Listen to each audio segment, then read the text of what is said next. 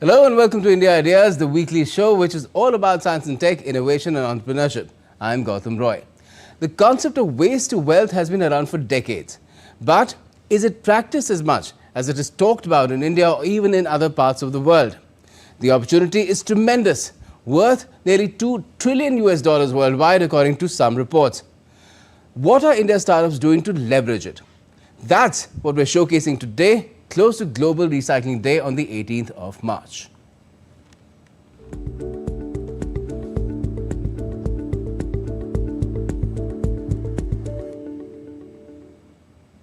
Well, if waste management is a massive business opportunity worldwide, it's no less in India, which, according to government think tank Niti Aayog's report, produces over 62 million tons of solid waste every year with an average growth, that is annual growth rate of 4%. Plastic waste alone is projected to rise to 34 million tons per annum by 2031. India's waste management business was pegged at $12.9 billion in market size last year. It's expected to go up to $17.3 billion by 2029, growing at 7.5% CAGR from 2021 to 2026. There were 1,411 registered waste, sanitation and hygiene, that is wash category startups in the country in April last year. Now, what does that tell us about the future of waste management in India and the prospects of those who are rolling up their sleeves and getting their hands dirty to make wealth from waste? We're finding that out today with Abhishek Gashe, co-founder Elima, which actively powers a circular economy by offering seamless solutions for reuse, refurbishing and recycling. Maninder Singh is also with us, founder and CEO of CEF Group, which delivers reliable, clean, green and smart business models for the global waste processing sector and renewable energy projects. And we also have with us Vichenda, who's partner Inflection Point Ventures, which is one of India's largest and most active angel investment networks. IPV is a sector agnostic VC which is invested in various verticals and has raised over 650 crore rupees over 200 plus deals. Now, first, if I could come to you, Abhishek, thanks for joining us. Let me start with asking you, Elima really says that it's into urban mining and growing the adoption of circular economy in India. Now, what does this really mean and what does it entail in terms of both technology and effort? How does it generate wealth from waste or trash? So firstly, thanks a lot, Gautam, for having me. It's great to be on a panel with Ivy and Maninder, the stalwarts of the industry. So first of all, I'd just like to take a minute here to understand what a circular economy really is, right? So when we talk about a circular economy, we are basically talking about transforming supply chains to closed loop supply chains, right? So what that means is keeping products and materials in use infinitely by using some technology or processing technology. And conventionally, we've been looking for these raw materials under the ground through mining. And circular economy or urban mining is basically can be used or mixed together to basically say that instead of mining for resources under the ground, we can look for these end-of-life products or packaging material or over-the-ground reserves to bring them back into the supply chain. And that is what we are currently focusing at Elima as well, where we are trying to understand how we can create the right infrastructure and technology across three key business practices. Right, which is firstly on the acquisition of these materials and products. So for any circular economy to survive and thrive, we need to acquire raw materials which are over the ground reserves. And we need to acquire them in large volumes at the right price point and at the right quality. So we are using digital technology here to help us streamline our purchase and sourcing of these raw materials, especially across plastics, electronics and batteries, where we are able to get access to these materials at the right price points. And to do that, we are concentrating on building smart infrastructure, decentralized collection infrastructure to be able to collect these materials. In the second phase, we also need to invest heavily in processing of these raw materials, right? So it's not just about the collection, but it's also on how we are able to process these raw materials and products into high quality secondary products or raw materials, right, which we are able to then, in the third process, remarket to companies and manufacturing industries who are ready to buy these products from us. Okay, sounds good. Maninder, according to the brief that I got, one of CEF Group's activities involves the removing of trash from Srinagar's Dal Lake and turning it into manure. Now, how's it going and what are the other environment-related verticals of your company? Yeah, hi, very good evening. So Evening. at Dal, what we are able to do is that all the lake weed and lake lilies used to be generated there in quantities as high as 70,000 tons a year. And nothing was being done with it. It was emitting the greenhouse gases and also polluting the environment. What we did was we converted this lake weeds into high quality organic manure, which we are now supplying to the farmers who are using it in horticulture practices, in the production of apple mostly. And not only we are able to clean the Dal Lake because of this initiative, but we are also able to give high quality, low cost manure to the agriculture farmers of the state of Kashmir, of the UT of Jammu Kashmir. So that is what we've been able to do in Dal. See, as far as waste is concerned, there are so many types of waste. And particularly if we talk about the largest waste availability in India is the organic waste, like agriculture residues and other organic waste, and municipal solid waste. Even if we consider one of the waste, like municipal solid waste, it varies every 50 kilometers, every geographical location, every weather changing scenario. So waste processing is a very local subject. And what we as an organization are doing is to integrate the right solution for the local subject to be able to make the most out of waste, convert it into wealth, and also protect the environment as far as possible. Wonderful. Now, Ivy, as a venture capitalist, what is your take on the prospects of the waste to wealth startups in the country in terms of their investability? Sure, great. I think really for us to take a step back to think that where does venture capital money really come in, right? It is if there is a problem that is large, needs solving, and I think solving at scale. There is absolutely no question, I think, in terms of the size of the problem. You talked about it right at the beginning, saying that this is a problem that people have been working at for decades. It's only, I think, grown with population increase, consumerism as a way of life. I think where we stand as VCs, and we've got a large number of startups coming in, is the question of the ability to solve it in a way that makes sense for consumers and in a way that is scalable at, touching the problem across. The reality is wealth waste as a problem, when you think about it, is the fact that it is a community issue, right? And therefore will require consumers, will require government participation and also private participation. So I think the combination of that has started, has picked up, but I think simply more in terms of the exciting areas today that we think about technology, maybe not yet got its place in the sun so far, but building out and definitely an area of criticality, I would say. Right. And hopefully it will assume some sort of critical mass soon as well. Now, Abhishek, how do you evaluate the evolution of the waste to wealth sector in the country in general, and how do startups fit into that entire equation?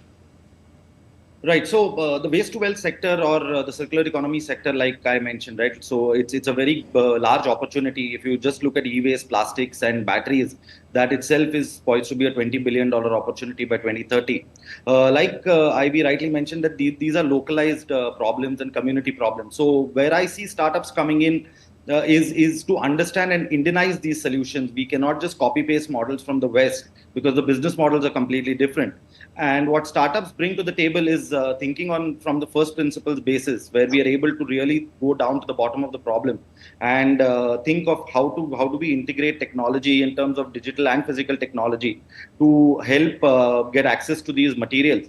And the main thing that startups bring to the table is the agility with which they can implement solutions, the first principles thinking, and the real scale that they can get to by focusing on core areas and core problems. So I see this to be a huge opportunity, and it's a big enough opportunity where multiple billion-dollar startups can be created, multiple large companies can be created in this sector. But the thinking has to be from a very Indian perspective and from a very first principles perspective here. Sounds good. Now, Maninder, what about the pace of adoption in the country When you compare it with, say, the developed world or similarly placed developing nations, India's record on meeting the climate challenge has been impressive on the renewable energy and conservation fronts. But what about recycling and managing both solid and semi-solid waste? Gautam, I am happy to say that as a nation, we in last couple of years, we have actually given the kind of recognition that the organic waste needed, much needed in our country. Now we can actually not call it waste and call it a commodity or raw material, because we are creating biofuels like the bio-CNG, CBG and all from the organic waste which are coming out from the farmlands and coming out from agro industries like sugar mills. But at the same time, the municipal solid waste that we have in huge quantities is still a challenge. And we are far too behind from developed nations in getting to the right solutions for that. We have started manufacturing, we have started constructing 3 municipal solid waste to biofuel plants in the country. And we understand that there are few initial plants that are being done right now. So going ahead in next 2 years, we expect that India as a nation will see a lot of value being created in municipal solid waste area, and we are able to realize its true potential as well. Okay. Now, Avi, what could be the key differentiator for Indian waste to wealth startups? There are many solutions for different waste materials around the world, but sometimes they're prohibitively expensive and sometimes they just don't seem right for Indian conditions, something that we saw Abhishek mentioned as well. Now, Indian startups coming up with good, inexpensive solutions to quintessentially Indian trash woes, which could also have global use cases?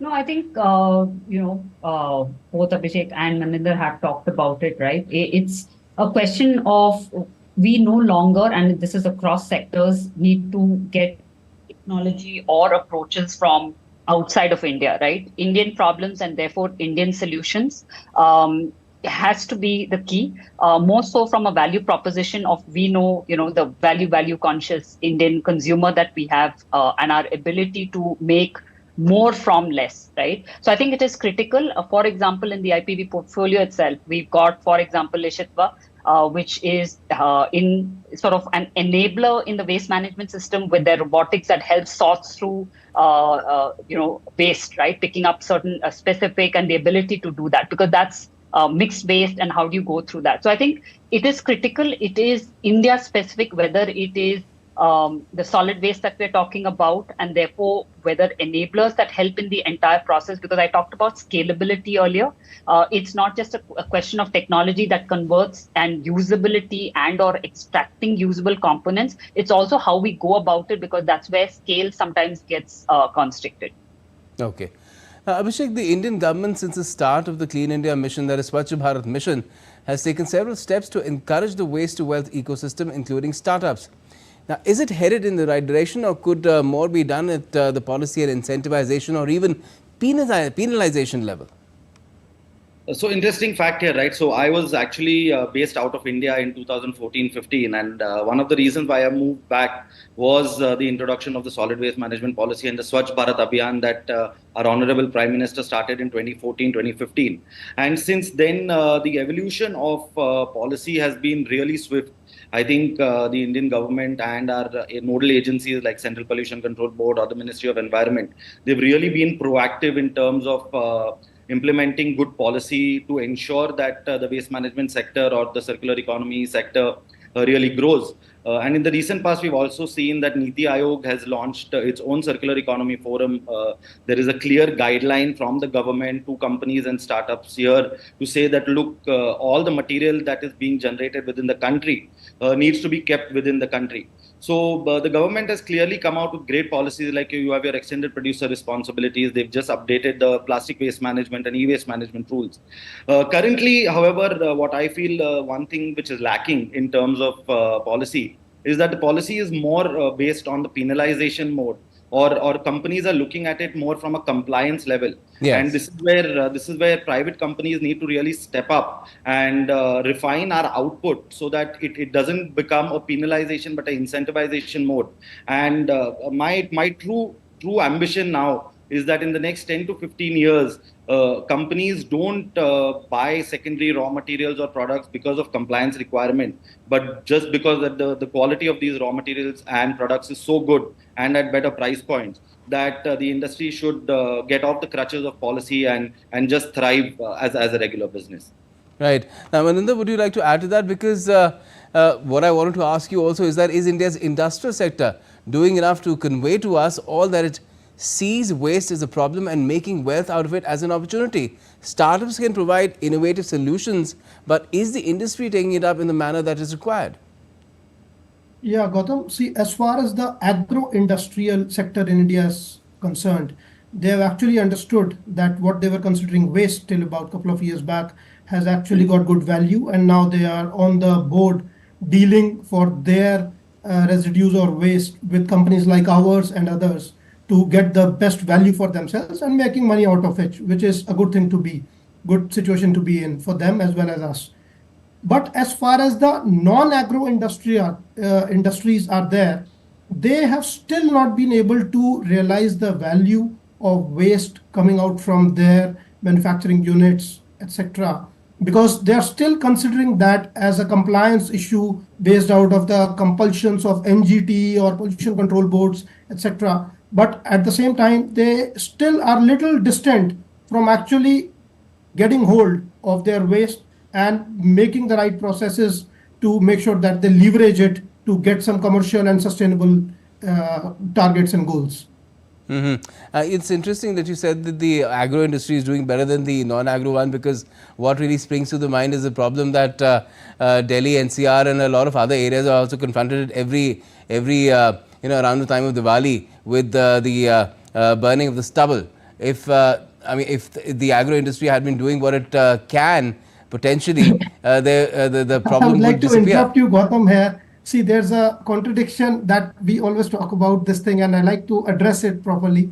See, we talk about stubble burning as the main concern for making Delhi black in every October and November. But if I ask you a simple question, that stubble burning was more 20 years back or today, you'll definitely say it was more 20 years back. It adds to the vehicular but and on the other pollution. side, is the pollution more today in Delhi or 20 years back? It is more today. So, see, it's not only stubble burning. There are a lot of issues in growing urban cities, like the construction waste, the debris, the particles which are in the air, which hold on to these pollutants. So all this together form the kind of bad experience for us during the winters, and that is what we have to deal with. Rest all is political blame game, and I think the actual people who are in the waste management industry, they understand the value of organic waste, and they're doing a lot to process it and get value out of it. So even if farmers sitting in UP and Punjab or Haryana, they also understand the value of this waste as much as we do, and they are also making the best of it in their own ways. So, that's how it is poised. Well, let's hope that we make rapid progress on that front. Now, Ivy, if there are two kinds of startups pitching to you from this particular sector, waste to wealth. One which says they'll ensure less trash is generated, and the other which says it will provide an effective and scalable recycling solution for trash. Now, which parameters would you use to evaluate them for making an investment, and why would you choose one over the other, if you do? Sure. That's putting me in a spot, but I think in a perfect world would like to say number one, right? I sort of take care of the root cause. I don't generate, and therefore I don't even have to create the problem, right? I really address it at the causation, I would say. But the reality is we are 6 billion plus and growing. Consumerism and lots of, in general, aspirations, lifestyle, consumption, etc. And therefore, I think to me, the real problem solver, at least at this point in time, would be to address the problem at hand. From an evaluation perspective, I referred to it a little earlier in the call as well, that I think it's a question of scale. And when we say scale, maybe not in the same like of a technology company that scales rapidly, but scale that is able to change consumer habits, that is able to engage with, let's say, the government and semi-government organizations to bring about, because it will last only when it becomes a habit and then starts working through. But till we get to that stage, how do they incentivize it, right? In terms of same quality, similar costs, and looking at it from those parameters will be important. Right. Abhishek, let me come to you again because the question becomes, why don't we have more and more tech coming up or innovation coming up where you address the problem at the source and don't let that kind of trash be generated in the first place? Then we wouldn't have to talk about recycling and circular economy and all that, because we would have addressed the problem at its source. Do you think that in the coming days we might see more innovations coming up on those fronts? Look, I don't think so, because like Ivy said, right, we are 6 billion heading to 10 billion, growing middle class, aspirational middle class all around the world, right? And aspiration directly is correlated to consumption. So quality of life is also dependent on how well and what you consume. So in terms of reducing waste at source, I don't think it is going to be possible. What we are actually doing on a very mental scale is we are basically trying to transition the material. So we are saying, look, don't use plastics, use biomaterials, but waste is going to get created, right, in one form or the other, because there is an end point to consumption. So I believe that it has to happen in both the ways. But contradictory, if we say that circular economy does work, then waste generation by default gets eliminated, right? Because it comes back into continuous usage. So our focus should be more on creating circular systems, creating circular systems which are material agnostic. But I don't think waste generation will stop because consumption will keep on increasing. Okay. So we need Maninder, do you agree with that? Because the way I see it, to I progress totally to another agree. level, which is better, we need not just these changes, bringing in a system of circular economy, but a change in lifestyle and change in our value systems as well. Yeah, see, I totally agree with what Ivy and Abhishek have just pointed out, because what we're talking about is a prevention versus cure theory. So no matter what, as this is a lot to do with the human psychology, and since thousands of years, it's gone on like this, that we are on 10% prevention and 90% cure. So cure is needed when the problem is there. And this problem, waste, is going to increase a lot because our speed of actually treating it and working around it is pretty slow as compared to the kind of waste we have, which is increasing at almost 4 to 6% every year.